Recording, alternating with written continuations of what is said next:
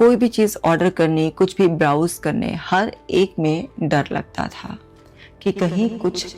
गलत ना लिख दे, कुछ गलत ट्रांजैक्शन ना हो जाए। धीरे धीरे ये नॉर्मल जो एक्टिविटीज़ हैं, जैसे खाना खाना, ब्रश करना,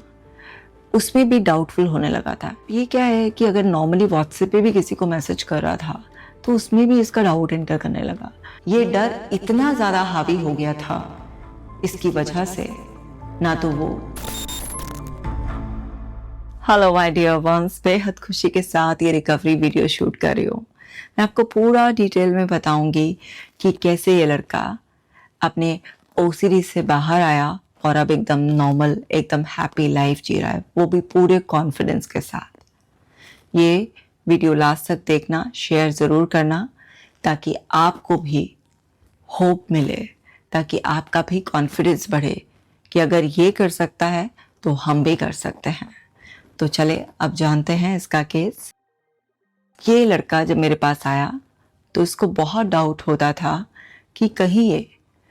YouTube की किसी वीडियो के नीचे कुछ गलत कमेंट ना कर दे, या फिर इंस्टाग्राम पर किसी को कुछ गलत ऑफेंसिव मैसेज ना भेज दे। ये अगर किसी को पेमेंट भी ट्रांसफ़र करता था तो इसको लगता था कि ये गलत अमाउंट ट्रांसफ़र कर देगा। अगर कोई भी प्रोडक्ट भी सर्च करना है, कोई भी अगर फ्लिपकार्ट हो गई, अमेज़ॉन हो गई, कोई भी अगर साइट से कुछ भी प्रोडक्ट सर्च करना है तो लगता था कि कहीं ऐसा तो नहीं नेगेटिव रेटिंग कर दी है। कोई भी चीज़ ऑर्डर करने, कुछ भी ब्राउज़ करने, हर एक में डर लगता था कि कहीं कुछ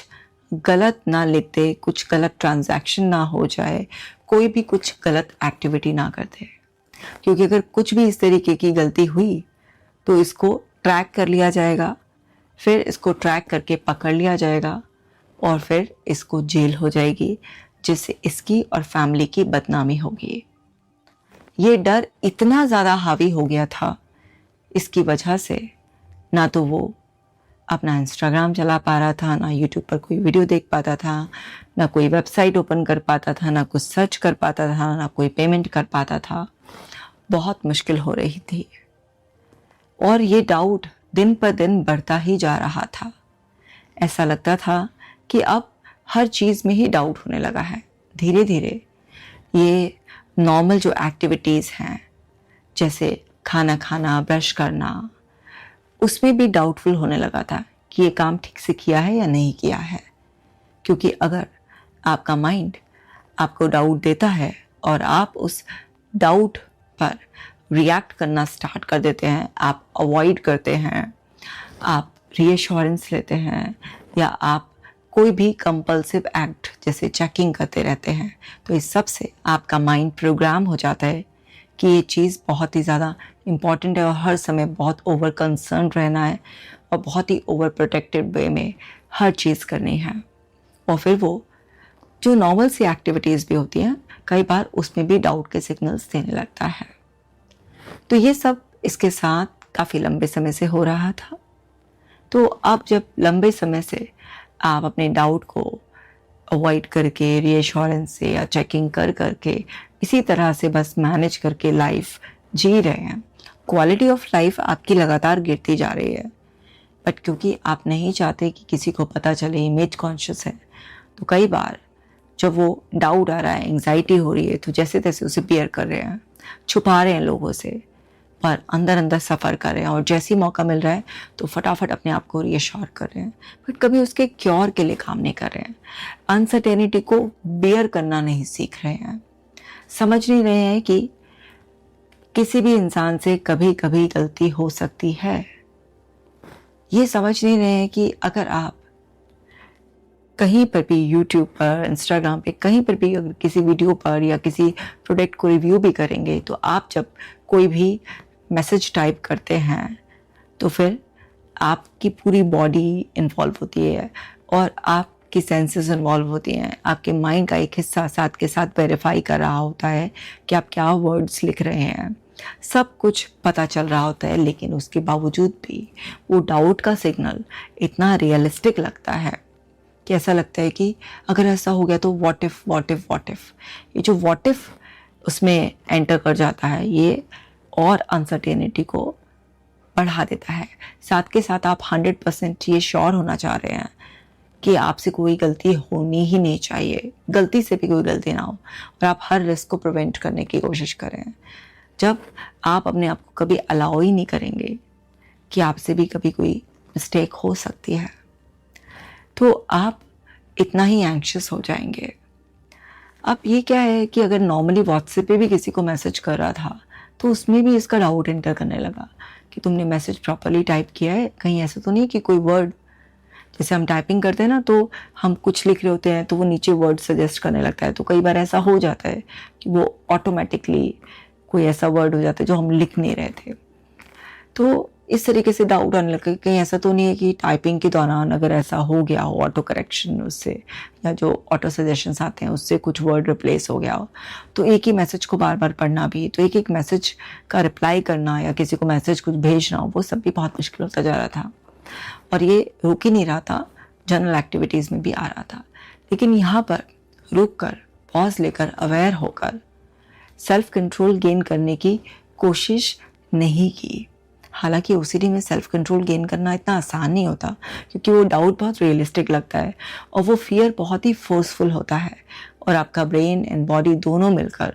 आपको ऐसे फ्रीज मोड में डाल देते हैं, स्टक करा देते हैं कि बस आपको अगर रिलीज होना है तो आपको ये कंपल्शन करना है। तो ये इतना आसान नहीं होता, लेकिन धीरे धीरे कॉन्शियसनेस के थ्रू ही सबकॉन्शियस पैटर्न को पहचान कर, और कैसे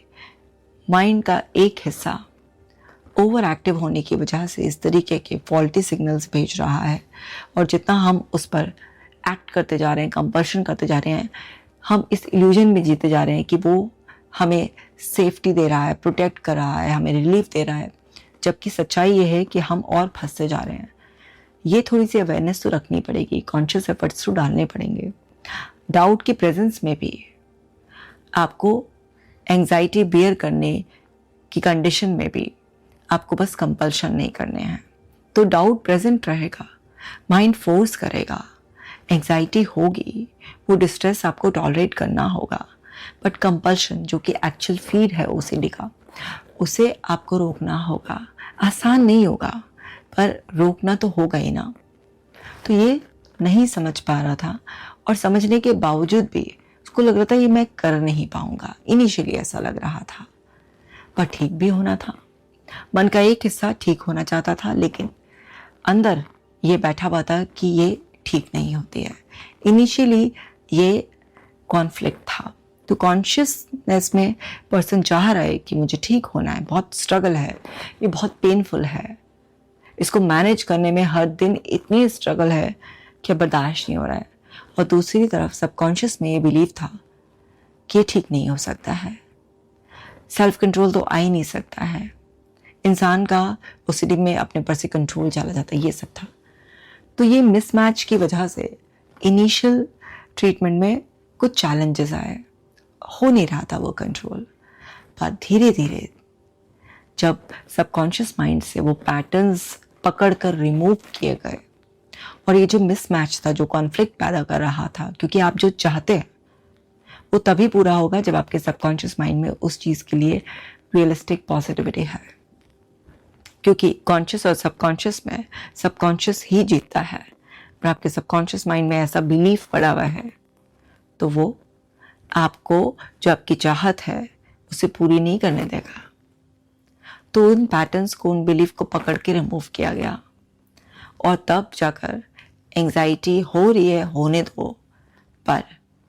कंपल्शन नहीं करना है तो नहीं करना है, चेक नहीं करना है, ना ही अवॉइड करना है, ना ही किसी से रीअश्योरेंस लेनी है, ना सेल्फ रीअश्योरेंस देनी है। बस एक बार एक्शन ले लिया तो ले लिया। और जो इसके पीछे का कॉज है, बिल्कुल इसके पीछे का रूट है कि मेरी इमेज ना खराब हो जाए। इमेज कॉन्शियसनेस जो है, तो है बहुत इमेज के लिए सब कॉन्शियस होते हैं, है ना, लेकिन ज़रूरत से ज़्यादा वो चीज़ को भी बैलेंस किया गया, और एक्सपोजर्स कराए गए, हिप्नोसिस का यूज़ किया गया, और फिर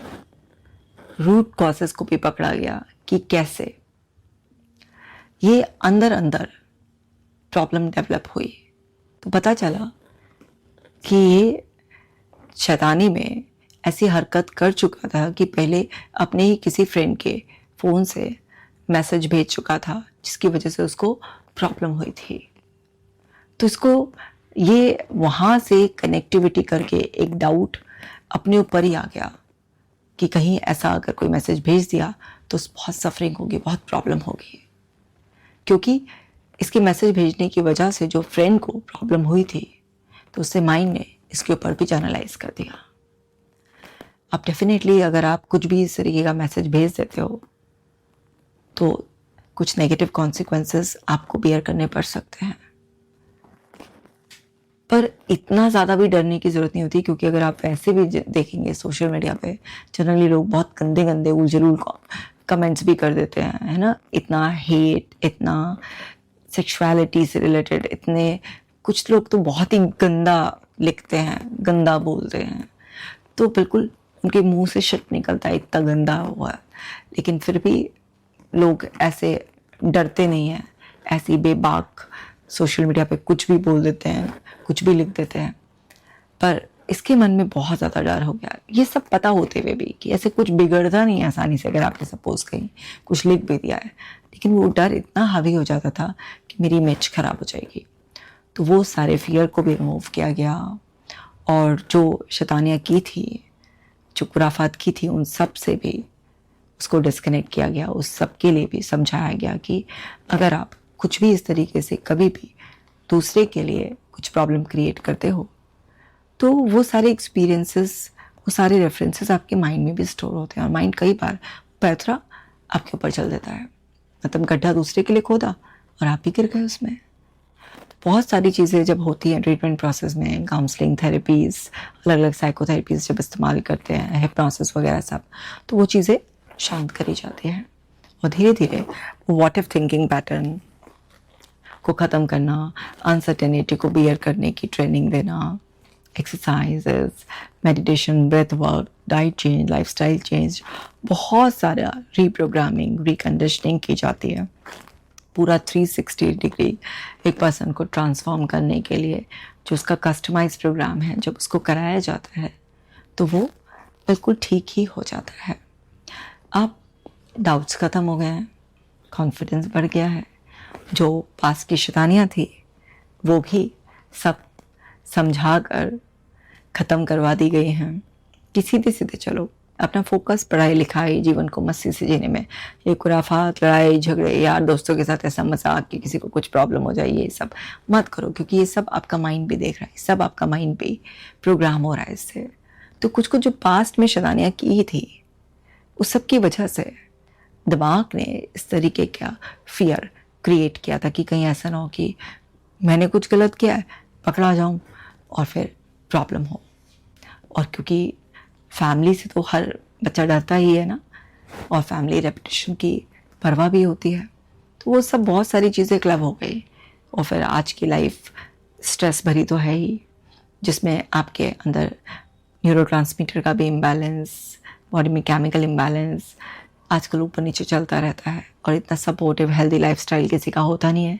कि वो सब चीज़ें बैलेंस होती रहें। तो बहुत सारे फैक्टर्स एक साथ क्लब होकर इस तरीके की कंडीशन क्रिएट कर देते हैं, और जिसमें कुछ बस बाहर एक बहाना बन जाता है, जिस रेफरेंस को पकड़कर आपका माइंड इस तरह से डाउट के सिग्नल भेजने लगता है, और फिर वो बहुत सारी पुरानी चीज़ों को भी कनेक्ट कर देता है, और आप जैसे ही उस पर एक्ट करना शुरू करते हैं, उसकी इंटरप्रिटेशन रॉन्ग निकाल लेते हैं, आप बस फंसना शुरू हो जाते हैं। अब ये तो इस कंडीशन से बाहर निकल गया है और एकदम नॉर्मल, हैप्पी, हेल्दी लाइफ जी रहा है, बहुत अच्छी तरीके से, पूरी खुशहाली से, पूरे कॉन्फिडेंस से। अब आपकी बारी है। जब ये ठीक हो सकता है और तमाम लोग ठीक हो सकते हैं, तो फिर आप भी ठीक हो सकते हैं। इसको ढेर सारी ब्लेसिंग्स दीजिए ताकि अपनी ज़िंदगी बहुत अच्छी तरीके से जी सके। आपकी ब्लेसिंग्स बहुत बहुत मैटर करती हैं, और इस वीडियो को बाकी लोगों के साथ भी शेयर कीजिए ताकि लोगों का कॉन्फिडेंस बढ़े कि आप ठीक हो सकते हैं। मिलती हूँ आपसे नेक्स्ट वीडियो में। अपना खास ख्याल रखिएगा।